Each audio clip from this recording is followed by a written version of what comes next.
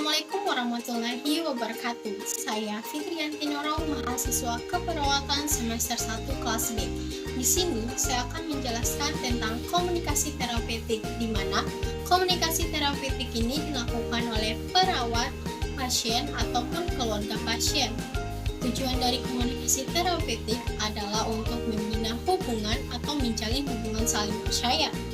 Selanjutnya, saya akan membahas tahap demi tahap komunikasi terapeutik. Yuk, simak videonya.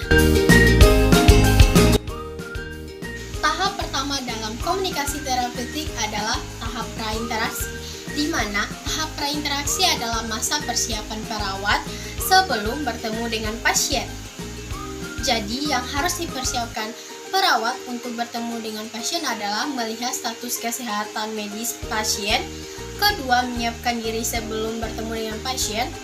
Ketiga, tak lupa pula perawat mencuci tangan sebelum bertemu dengan pasien. Tahap kedua komunikasi terapeutik adalah tahap orientasi. Tahap orientasi adalah perkenalan yang dilakukan oleh perawat saat bertemu dengan pasien.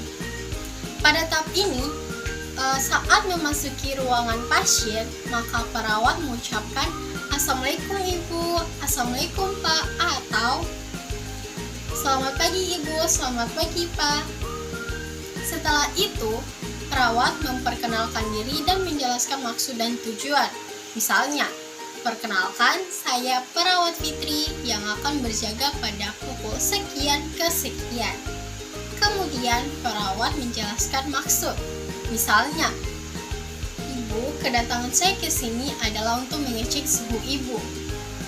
Pada tahap ini ada fase evaluasi dan fase validasi. Fase evaluasi dan fase validasi adalah perawat menanyakan keadaan pasien ataupun kabar pasien, serta perawat menanyakan keluhan-keluhan pasien. Contoh, Ibu, kemarin Ibu masuk rumah sakit dengan keluhan demam ya. Bagaimana keadaan Ibu pagi hari ini? Apakah keluhan masih sama dengan kemarin? Setelah itu, perawat mengkontrak waktu dengan pasien. Contoh, Ibu, saya akan mengecek suhu Ibu dengan waktu 5-7 menit ke depan. Apakah Ibu bersedia? Tahap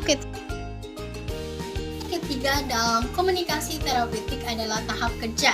Tahap kerja merupakan inti dari keseluruhan proses komunikasi terapeutik, di mana perawat dan pasien melakukan kerjasama untuk masalah pasien.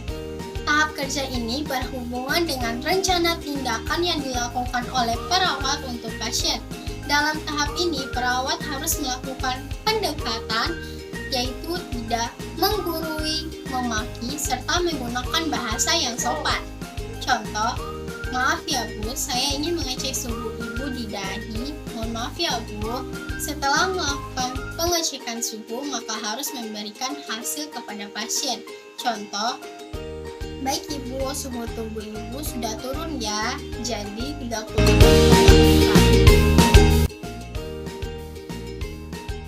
Tahap keempat komunikasi terapeutik adalah tahap terminasi. Tahap terminasi adalah tahap akhir pertemuan antara perawat dengan pasien. Pada tahap ini, perawat mengakhiri hubungan terapeutik perawat dengan pasien. Yang dilakukan adalah perawat melakukan evaluasi subjektif. Maksud dari evaluasi subjektif adalah perawat menanyakan bagaimana perasaan pasien setelah dilakukan tindakan tadi, atau apa yang dirasakan setelah dilakukan tindakan tadi. Kemudian, perawat melakukan evaluasi objektif, yaitu perawat memperlihatkan hasil pengukuran kepada pasien atau memperlihatkan kondisi pasien. Setelah itu, perawat melakukan rencana tindakan lanjut. Maksud dari rencana tindakan lanjut adalah PR yang diberikan kepada pasien. Misalnya, pada pasien ini dia adalah pasien demam. Yang dilakukan kepada perawat untuk tugas pasien adalah menganjurkan kepada pasien untuk mempertahankan atau meningkatkan asupan cairan supaya tidak terjadi demam lagi. Itu saja tahap-tahap komunikasi terapeutik. Saya Fitriyanti Nurul. Wassalamualaikum warahmatullahi wabarakatuh.